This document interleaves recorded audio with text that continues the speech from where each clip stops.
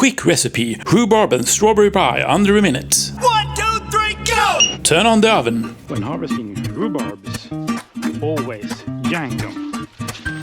Find a nice one, yank them. I think 2 is enough. Let's peel my rhubarbs. Chop them. Frozen strawberries. Chop them. 2 deciliters of sugar. 2.5 deciliter of flour. Teaspoon vanilla teaspoon sugar. Baking powder. 1 egg. Add it. 100 grams of butter melted.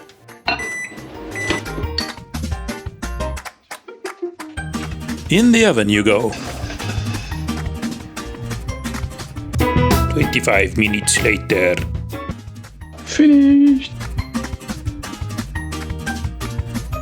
Thanks a lot for watching. I'll see you in the next one. Bye now!